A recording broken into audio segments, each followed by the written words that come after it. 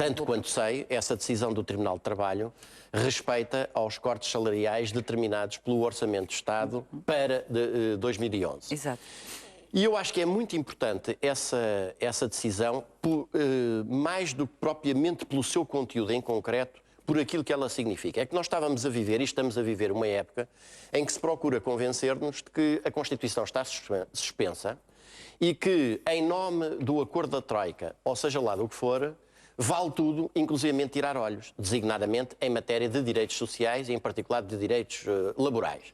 Ora, a Constituição não está suspensa e o que esta sentença do Tribunal de Trabalho significa é que ainda há quem sustente que a lei fundamental do país está em vigor, que não pode ser revogada por aquilo que, quando muito, é um acordo não aprovado e ratificado formalmente e não publicado no Diário da República, como é o chamado Acordo da Troika, que não pode prevalecer sobre ela e, portanto, que não vale tudo, mesmo em época de crise e de aperto, não vale tudo, designadamente a afetação de direitos fundamentais como o direito à retribuição.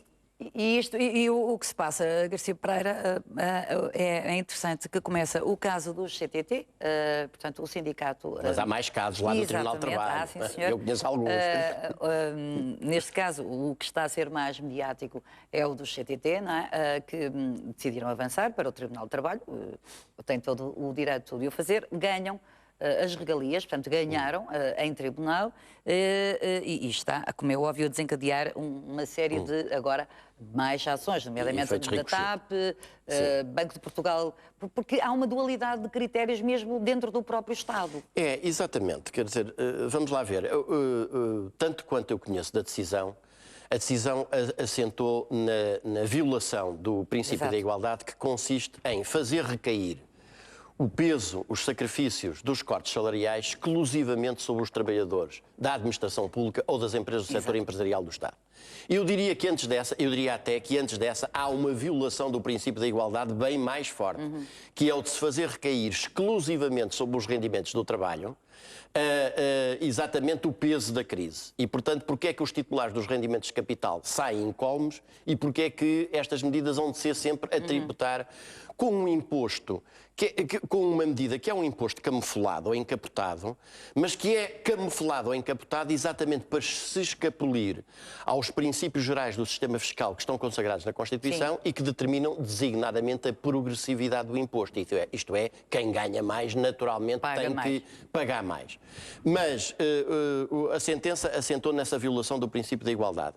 E a verdade é que a própria lei estabelece não só a diferenciação entre os trabalhadores da administração pública e das empresas do setor empresarial do Estado e os restantes trabalhadores, como permite exceções, designadamente e à cabeça, com o Banco de Portugal. Exato. E esta exceção também não é compreensível. Repare, eu não defendo que os trabalhadores do Banco de Portugal devem também sofrer cortes salariais e devem perder os dois subsídios. Mas tem que haver uma lei que será igual para todos. Exatamente. Não é? E a meu ver, também há esse aspecto de violação do princípio da igualdade.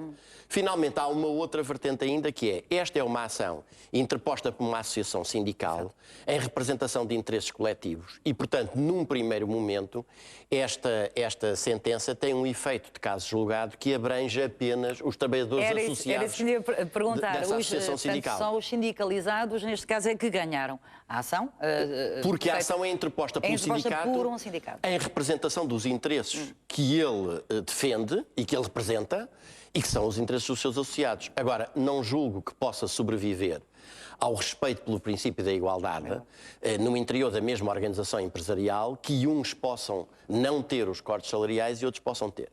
Finalmente, eu acho que deve ser marcado, enfim, a bem da verdade, é que esta decisão é uma decisão que não transitou em julgado, portanto, esta é uma decisão passível de recurso para o Tribunal Constitucional e o Tribunal Constitucional tem um inacreditável acórdão, eu repito, inacreditável acórdão proferido sobre a constitucionalidade das normas do Orçamento de Estado de 2011 e inacreditável porque o Tribunal Constitucional que, em meu entender, se transformou definitivamente numa instância política em que o ADN genético da nomeação dos seus juízes, que resulta do entendimento entre os dois partidos do Bloco Central no Parlamento, está presente de uma forma cada vez mais óbvia, acaba por consagrar uma teoria que é uma teoria inaceitável num Estado de Direito democrático. É de que os fins justificam os meios. Portanto, doutor, o que está a dizer é que ganha, mesmo que os trabalhadores, neste caso o Tribunal do Trabalho, dê razão aos trabalhadores do CTT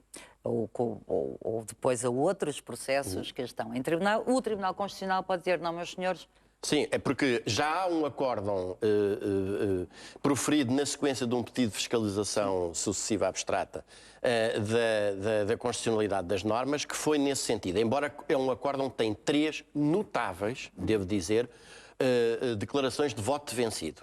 E, portanto, chegando lá um outro recurso, isto pode ir para uma outra secção. Designadamente, pode ir para um conjunto de juízes onde aqueles que estiveram contra agora nesta decisão estejam em maioria.